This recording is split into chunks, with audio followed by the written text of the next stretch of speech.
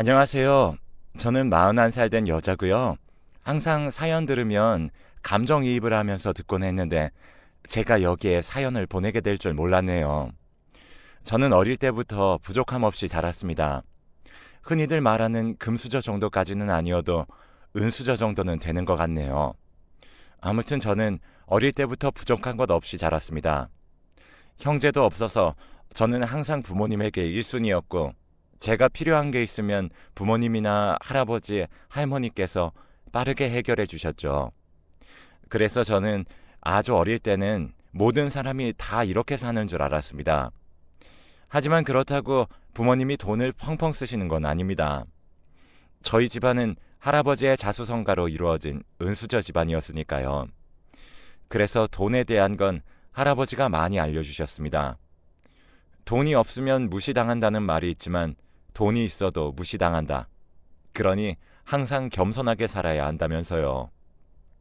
부모님이 어렵게 저를 가지셔서 어릴 때부터 저를 애지중지 키우셨고, 그래서 그럴 때 뭐가 갖고 싶거나 필요하다 말하면 뚝딱하고 생겼습니다. 하지만 제가 중학교에 입학하면서부터 부모님은 정말 필요한 게 아니면 사주지 않으셨습니다. 지금 생각해보면 그때부터 저희 집안이 휘청했던 시기였던 것 같습니다. 아버지께서 할아버지 몰래 도박을 하셨고, 그걸 알게 된 할아버지는 그 후로 저희 집에 대한 모든 지원을 끊으셨고, 그로 인해 제가 말만 하면 이루어지던 모든 게 중학생이 되어서 효력을 잃었습니다. 그때 중학교를 다니면서 사춘기가 오고, 사춘기가 오면서 제 마음대로 물건을 갖지 못하는 게 짜증이 났고, 할아버지가 미울 때도 있었지만 어릴 때부터 할아버진 제게 돈이란 건 있다가도 없고 없다가도 있는 거란다.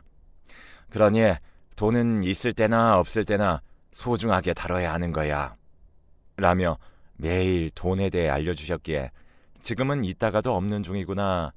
그럼 없다가도 돈이 있을 때가 오겠구나 했어요. 왜냐하면 학생 때 저는 딱히 돈 나갈 일이 많이 없었으니까요.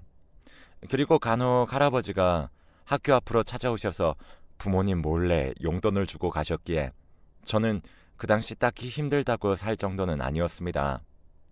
아마도 그 시절 제일 힘들었던 건 저보다 저희 부모님이셨을 거예요.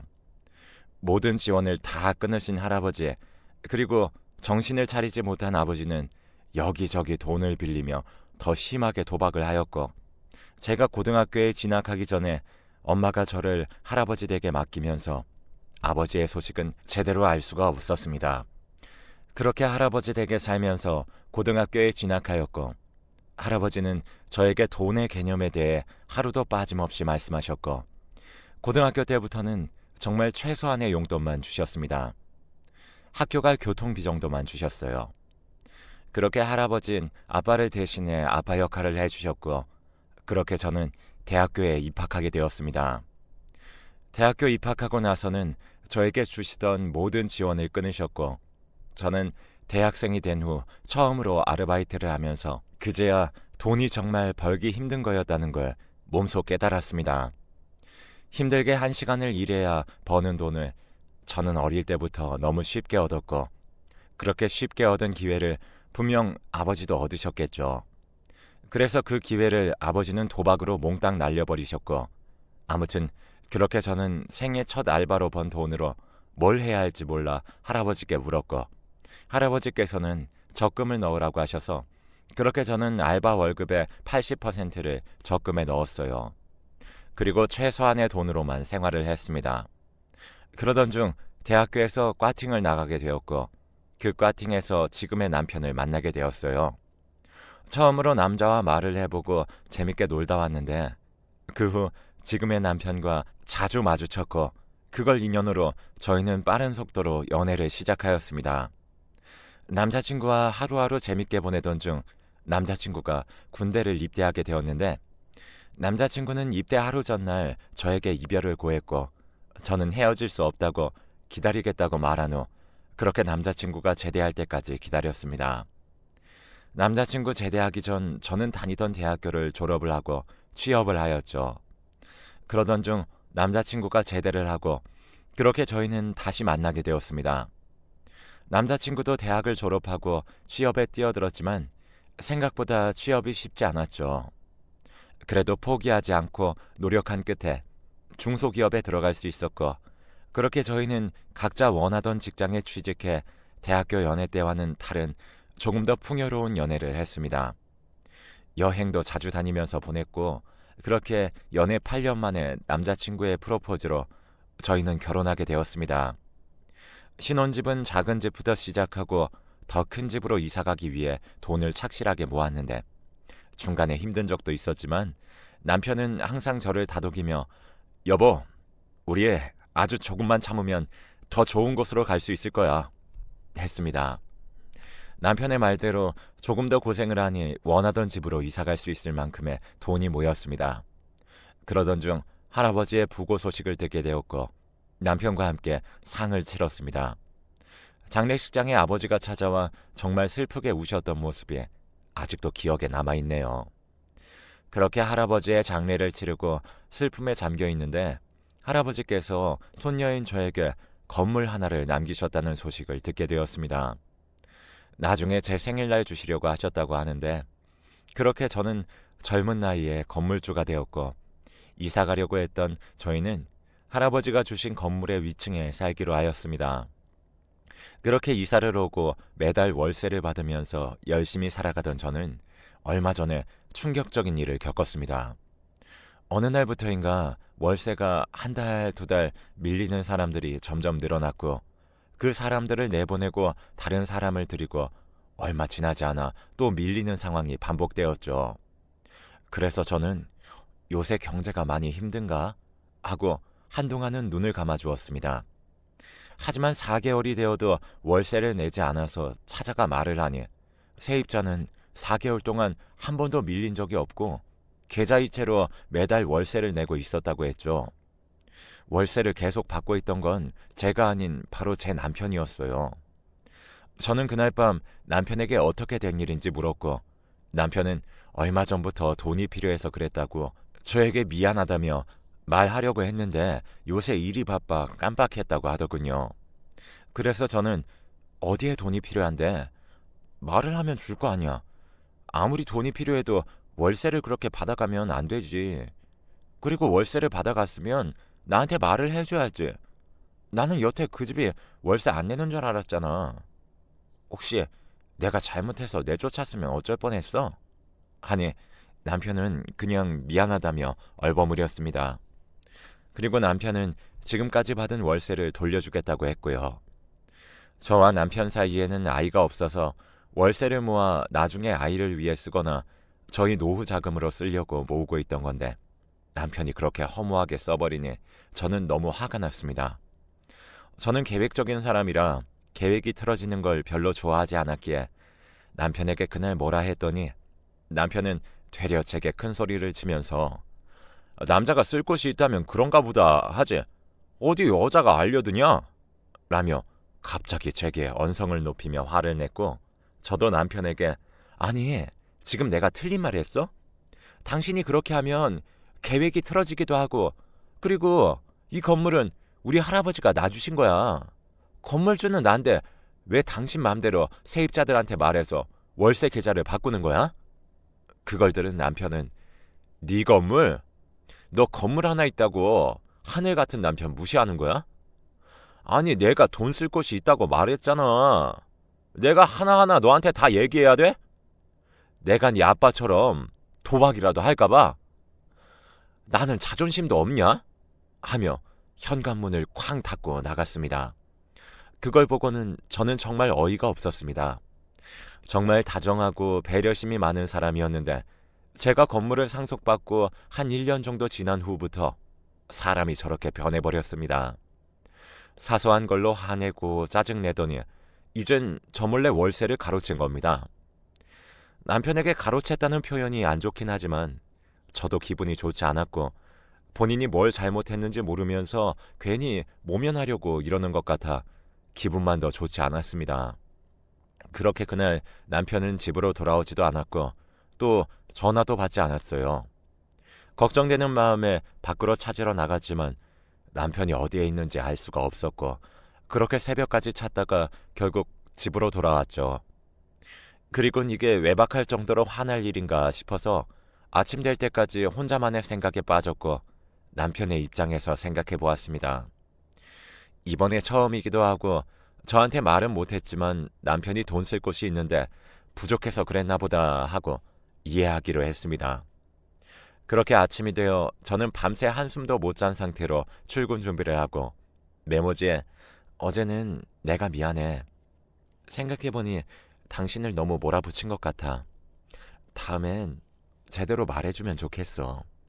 라는 쪽지를 붙이고는 출근을 하였습니다. 그러고는 점심시간에 식사하러 가던 도중 남편에게 문자가 왔더군요. 보고 싶다. 사랑해. 라고 답장이 왔습니다. 그러고 보니 일한다고 바쁘다는 핑계로 남편에게 언제 사랑한다고 말했는지 모르겠더군요. 그래서 정말 오랜만에 저도 남편에게 나도 사랑해 하고 답장을 보냈습니다. 남편에게선 그 후 답장이 오진 않았습니다.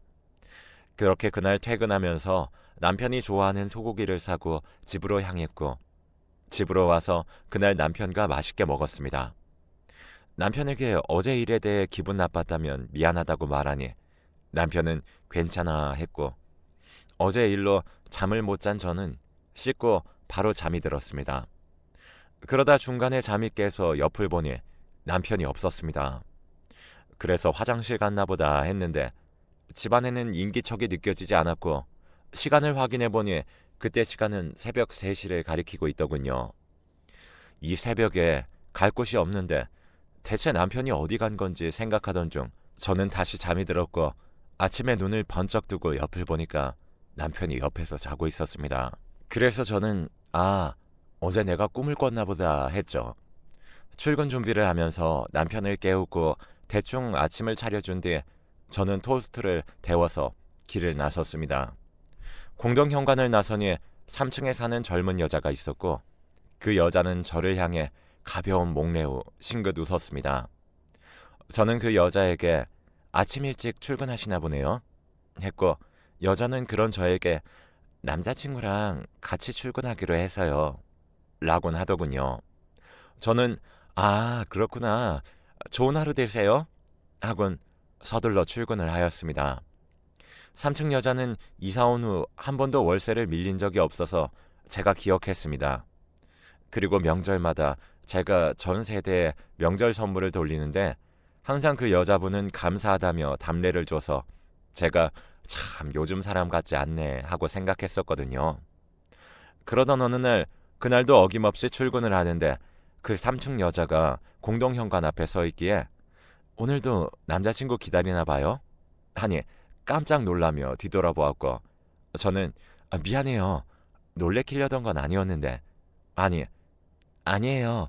제가 지금 딴 생각하느라 나오시는 줄 몰랐어요. 하더군요. 그래서 무슨 일 있어요? 하니 여자는 집 변기에서 물이 자꾸 떨어지는데 아무리 해봐도 안 되네요. 하길래 왜 말 안 했어요? 주말에 제가 남편한테 고치러 가라고 전해줄게요. 하고는 출근을 했습니다. 그날 저녁 남편에게 여보, 주말에 시간 있지? 하니 남편은 이번 주말? 아니, 나 약속 있다고 했잖아. 약속 있다고 했다고? 나한테 그런 적 없는데?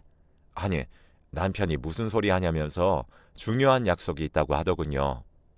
그래서 알겠다고 하니 남편은 무슨 일인지 물었고 저는 별거 아니라고 했어요. 그렇게 주말이 되었고 저는 공구상자를 들고 3층 세입자 집 문을 두들겼습니다. 그 여자는 문을 열어줬고 저는 집 안으로 들어갔죠. 근데 집에 누가 왔다 간 건지 집이 어지럽혀져 있었고 저는 남자친구 왔다 갔나 봐요. 하니 그 여자는 갑자기 한숨을 쉬면서 어깨를 들썩일 뿐이었죠. 저는 고개를 갸우뚱하며 화장실로 갔습니다. 화장실에 도착해 변기를 보니 변기 물통에서 물이 많이는 아니지만 똑똑 떨어졌고 저는 이것저것 만져보고는 변기를 고쳐주었습니다. 그런 저를 보며 여자는 신기해했고 그렇게 그 여자의 집을 나서는 순간 익숙한 신발이 보였는데 저는 신발을 보고 여자를 쳐다봤습니다. 그러자 여자는 또 싱긋 웃으면서 남자친구가 혼자 살면 위험하다고 두고 갔어요. 그런데 왜 그러시죠? 하길래 저는 아, 저희 남편이랑 신발 취향이 같아서요. 했죠. 그러자 여자는 신발이 뭐 다 거기서 거기죠. 아무튼 변기 고쳐주셔서 감사합니다. 조심히 가세요. 하는데 뭔가 느낌이 싸했습니다. 그래서 저는 집으로 올라와서 신발장을 뒤지기 시작했는데 신발장엔 그 신발만 없었습니다.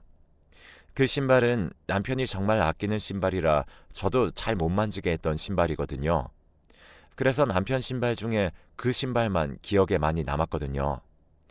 그래서 그날 퇴근한 남편에게 그 신발에 대해 물었고 남편은 그건 왜 물어?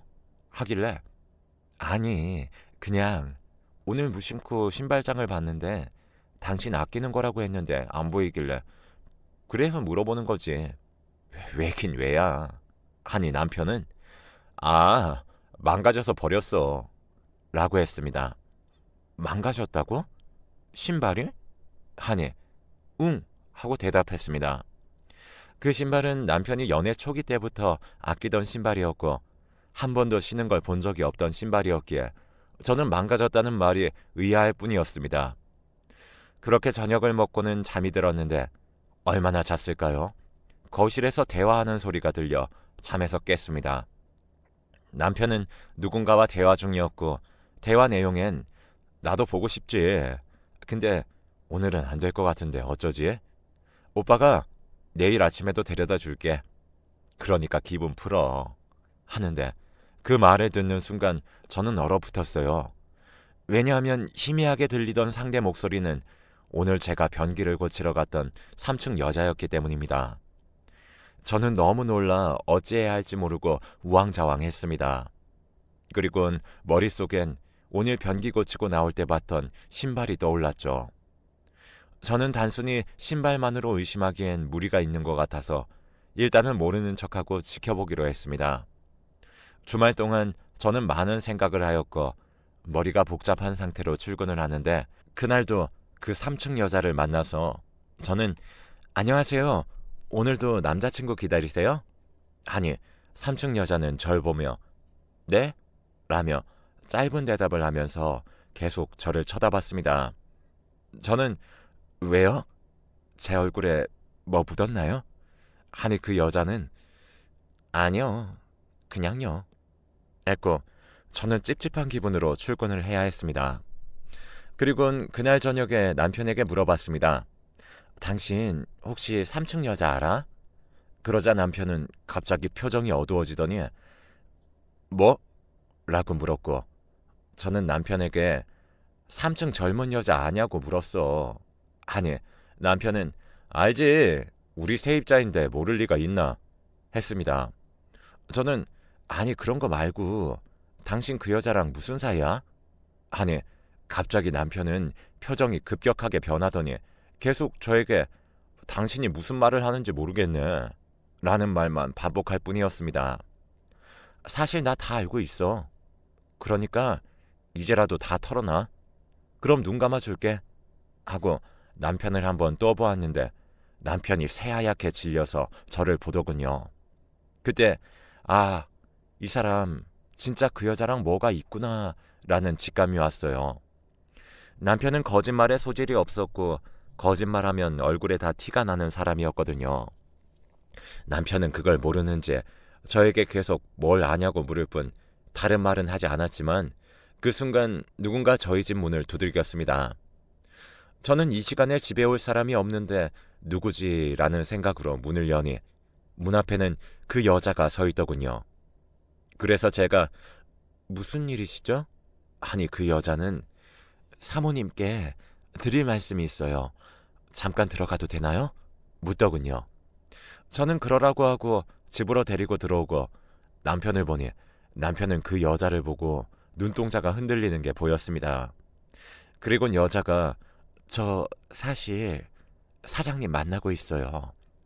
제가 갑자기 찾아와서 이런 말씀 드리는 건 이미 사모님도 눈치채신 것 같아 숨길 이유가 없다고 생각해서 고민 끝에 찾아왔습니다. 하면서 당당하게 말하더군요. 저는 그 자리에서 말없이 남편을 쳐다보았고 다시 그 여자가 말을 이어나갔습니다.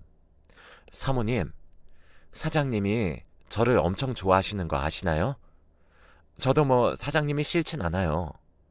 사장님이 저한테 계속 사모님하고 이혼하고 저한테 온다고 하셨는데 말로만 이혼하신다고 하시네요.